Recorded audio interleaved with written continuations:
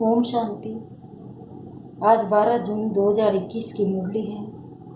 बाबा ने कहा, मीठे बच्चे, सूर्यवंशी राज्य पद लेने के लिए अपना सब कुछ बाप पर सुहा करो। सूर्यवंशी राजपद अर्थात एयर कंडीशन टिकट। प्रश्न है, इस दुनिया में तुम बच्चों से अधिक खुश नसीब कोई भी नहीं। कैसे? उत्तर है, तुम बच्चों के सम्मुख बेहद का बाप है। उनसे तुम्हें बेहद का वर्षा मिल रहा है। तुम इस समय बेहद बाप, टीचर और सतगुरु के बनकर उससे बेहद की प्राप्ति करते हो। दुनिया वाले तो उसे जानते भी नहीं, तो तुम्हारे जैसा खुश नसीब हो कैसे सकते हैं। गीत है, बड़ा खुश नसीब है। ओम शांति। ब्राह्मण कुलभूषण बच्चे जानते हैं कि अभी हम ब्राह्मण संप्रदाय के हैं, फिर देवी संप्रदाय बनेंगे। बच्चों को बाप बेट समझाते हैं, जबकि बेहद का बाप सम्मुख है और उससे बेहद का वर्षा मिल रहा है। बाकी और क्या चाहिए।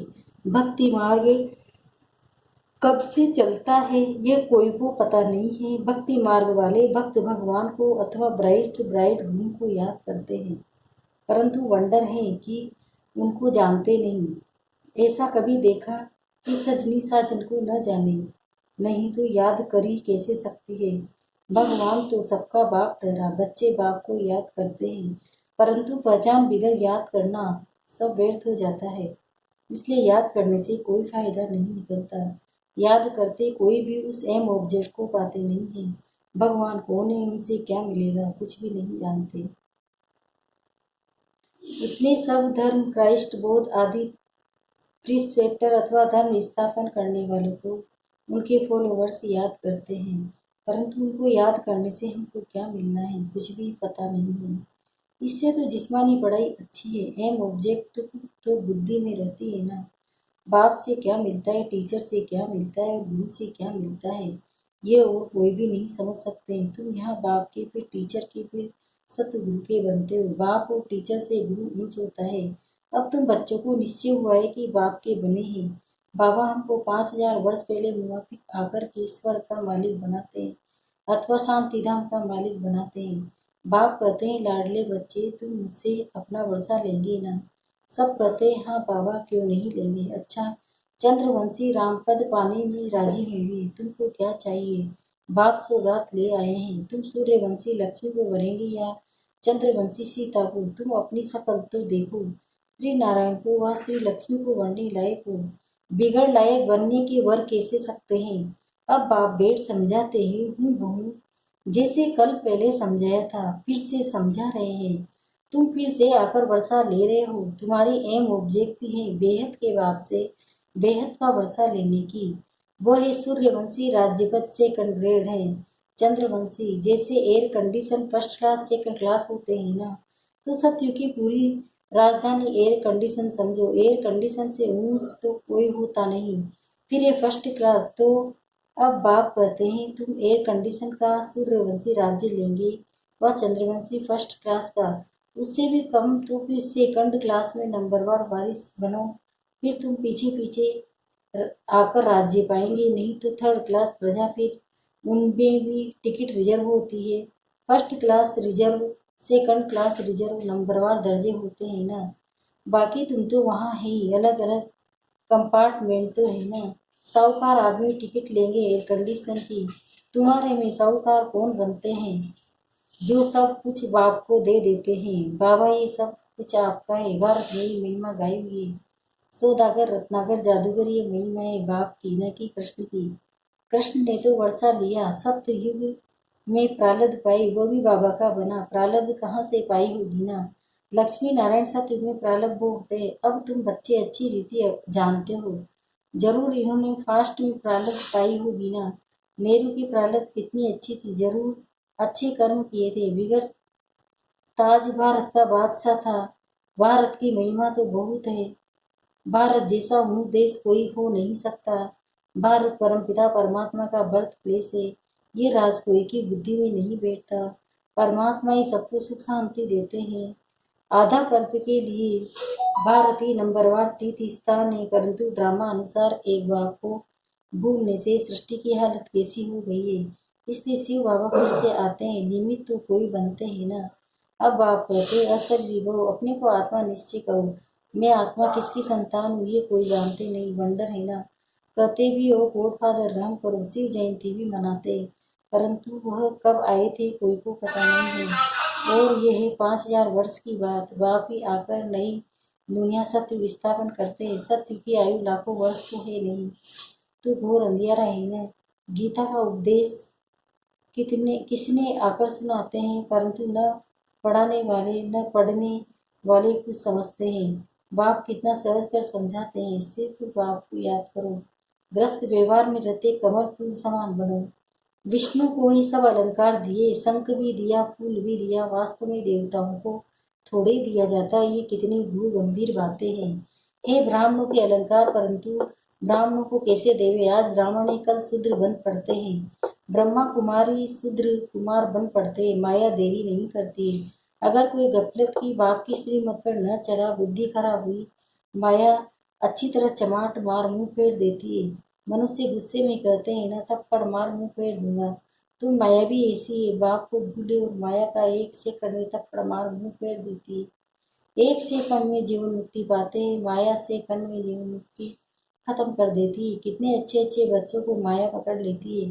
देखती है कहाँ गफलत तो है तो झट थप्पड़ लगा देती है। बाप तो जाकर पुरानी दुनिया से मुंह फैलाते हैं। लौकिक बाप कोई गरीब होता है, पुरानी झोपड़ी में रहते हैं, कोई नया बनाते हैं तो बच्चों की बुद्धि में बैठ जाता है। बस अब नया मकान तैयार होगा, अब जाकर वह सब माया व मकान तैयार होगा, नया मकान तैयार होगा, हम जाकर बैठेंगे, ये पुराना तोड़ देंगे। अब बाप ने तुम्हारे लिए हथेली पर स्वर्ग अथवा वैकुंठ लाया है। कहते हैं लाडले बच्चे आत्माओं से बात करते हैं। इन आंखों द्वारा तुम बच्चों को देख रहे हैं। बाप समझाते मैं भी ड्रामा की बस हूँ, ऐसे नहीं ड्रामा के बिगड़ कुछ भी कर सकता हूँ।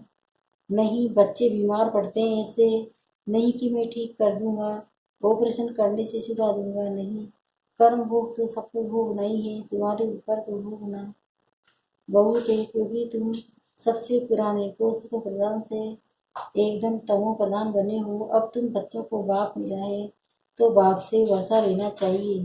तुम जानते हो कल्प कल्प ड्रामा अनुसार हम आत्मा से बाप से वर्षा लेते हैं, तो सूर्यवंशी चंद्रवंशी घराने के होंगे और अवश्य जाएंगे। जो चंद्रवंशी थे वो शूद्र बन गए, फिर वही ब्राह्मण बन देवी संप्रदाय बनेंगे। ये बातें बाप बगैर कोई समझा न सके। बाप को तुम बच्चे कितने मीठे लगते हो, कहते हैं तुम वही कल पहले वाले मेरे बच्चे हो। मैं कल कल पाकर पढ़ाता हूँ कितनी वंडरफुल बातें। निराकार भगवान वाचक शरीर की वाच करेंगे ना, शरीर अलग हो जाता है तो आत्मा वाच नहीं कर सकती, आत्मा डिटेच हो जाती है। अब आप कहते हैं अशरीरी भव, ऐसे नहीं कि प्राणायाम आदि चढ़ाना है, ऐसे नहीं समझाना है। मैं आत्म अविनाशी हूँ, मेरी आत्मा में 84 जन्मों का पाठ मुंदा हुआ है। बाप खुद कहते मेरी आत्मा भी जो एक्ट करती है वह सब पाठ भरा हुआ है। भक्ति मार्ग में वहाँ पाठ बजाता, फिर ज्ञान मार्ग में यहाँ आकर ज्ञान देता। भक्ति मार्ग वालों को ज्ञान का पता ही नहीं है। कोई ने शराब पिया नहीं तो टेस्ट का कैसे पता हो। ज्ञान भी जब लेवे तब पता पड़े। ज्ञान से सदगति होती है तो जरूर ज्ञान सागरी सदगति कर सकते हैं। बाप कहते में सबका सदगति दाता शस्त्र मणि शांति ग्राम सूर्य दया लीडर है ना। कितने किस्म किस्म के हैं, वास्तव में तो सर ऊपर दया करने वाला बाप है।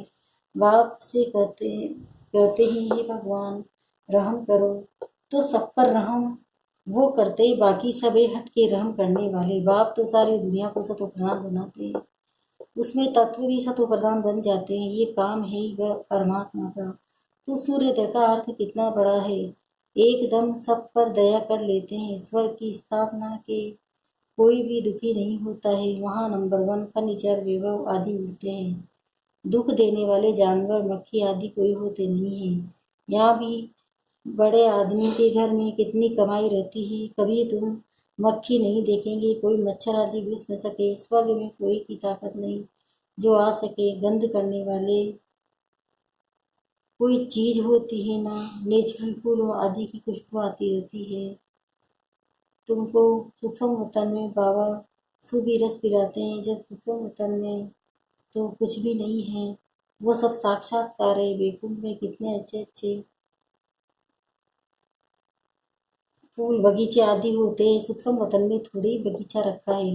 ये सब साक्षात्कार है। यहाँ बैठे हुए तुम साक्षात्कार करते हो।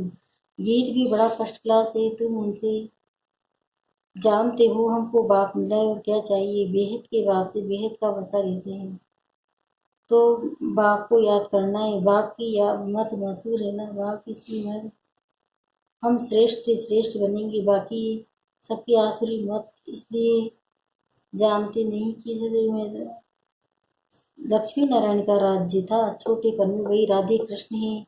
उनके चरित्र आदि कुछ नहीं है। स्वर्ग में तो सब बच्चे बड़े फर्स्ट क्लास होते हैं। चंचलता की कोई बात ही नहीं होती है। अच्छा, मीठे मीठे से खिलते बच्चों प्रति माता पिता बाप दादा का याद प्यार और गुड मॉर्निंग। रूहानी बाप की रूहानी बच्चों को नमस्ते। हम रूहानी बच्चों की भी रूहानी माता पिता बाप दादा को याद प्यार गुड मॉर्निंग। नमस्ते नमस्ते नमस्ते। शुक्रिया बाबा, शुक्रिया आपका पद्मा पद्म शुक्रिया। धारणा करने के साथ पहला है, जब एक पुरानी दुनिया में मुंह फेर लिया तो फिर ऐसी कोई गफलत नहीं करनी है। जो माया अपनी तरफ मुंह फेर ले, श्रीमत की अवज्ञा नहीं करनी है। बाप से पूरा पूरा भरोसा लेना है। दूसरा, बाप पर अपना सब कुछ स्वाह कर पक्का वारिस बन सतयुगी फाउंडेशन की टिकट लेनी है। एम ऑब्जेक्ट को बुद्धि में रख पुरुषार्थ करना है। वरदान से कर्ण में सर्व कमजोरियों से मुक्ति प्राप्त कर मर्यादा पुरुषोत्तम बनने वाले सदा स्नेही भव। जैसे स्नेही स्नेह में आकर अपना सब कुछ निछावर व अर्पण कर देते हैं। स्नेह को कुछ भी समर्पण करने के लिए सोचना नहीं पड़ता। तो जो भी मर्यादाओं का नियम सुनते हैं वो उन्हें प्रैक्टिकल में लाने अथवा सर्व कमजोरियों से मुक्ति प्राप्त करने के लिए खराब है।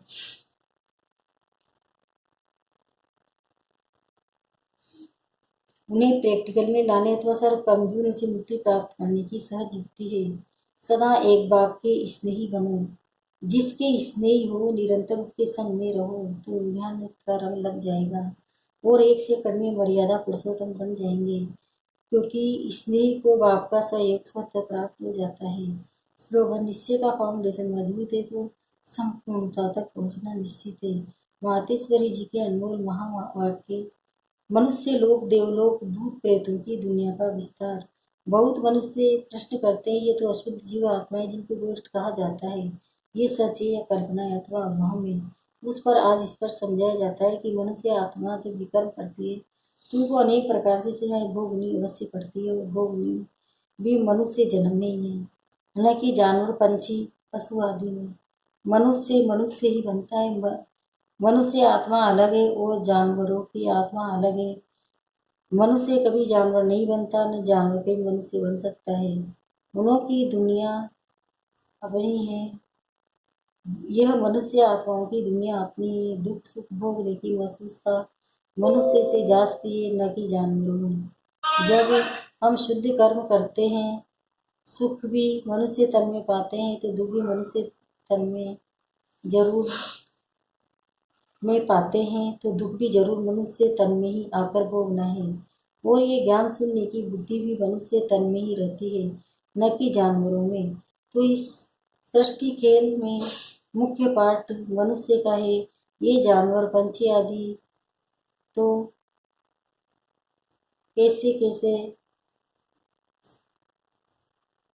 सृष्टि का खेल चलता है। ये जानवर पंछी आदि तो जैसे सृष्टि ड्रामा की शोभा है। सारे कल्प के अंदर सतयुग आदि से कलयुग के अंत तक मनुष्य आत्माओं के 84 जन्म है। बाकी ये 84 लाख तो जानवर पंछी आदि की वेराइटी हो सकती है। अब ये सब राज परमात्मा बगैर कोई समझा नहीं सकता। आत्माओं का निवास स्थान है ब्रह्म तत्व अर्थात निराकारी दुनिया। बाकी इन जानवरों की आत्माएं ब्रह्म तत्व में नहीं जा सकती, वो इस आकाश तत्व के अंदर ही पार हो जाती है। गुणों का भी मर्ज इमर्ज का और सतो रजो तमो में आने का पाठ होता है। अगर हमें प्रकृति के बहुत विस्तार में न जाकर पहले अपना आत्मा का कल्याण करे अर्थात मनमना हो, जब अब आते हैं मनुष्य आत्मा पर।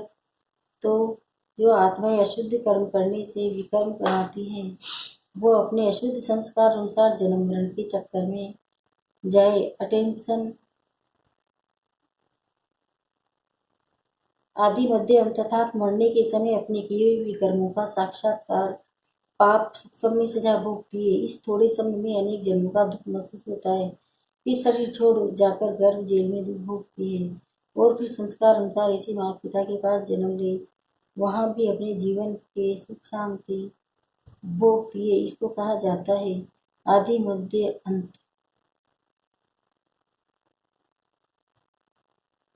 परंतु कोई आत्मा शरीर न धारण कर आकारी रूप में इस आकाश तत्व के अंदर गोष्ठ बन भटकती रहती है। वह भी एक सजाए अर्थात भोगना है। उस अशुद्ध जीव आत्मा के साथ किसी का हिसाब किताब होता है तो उन्हें प्रवेश कर उनको दुख देती है अर्थात हिसाब किताब चुकती कर फिर जाकर अपना शरीर धारण करती है।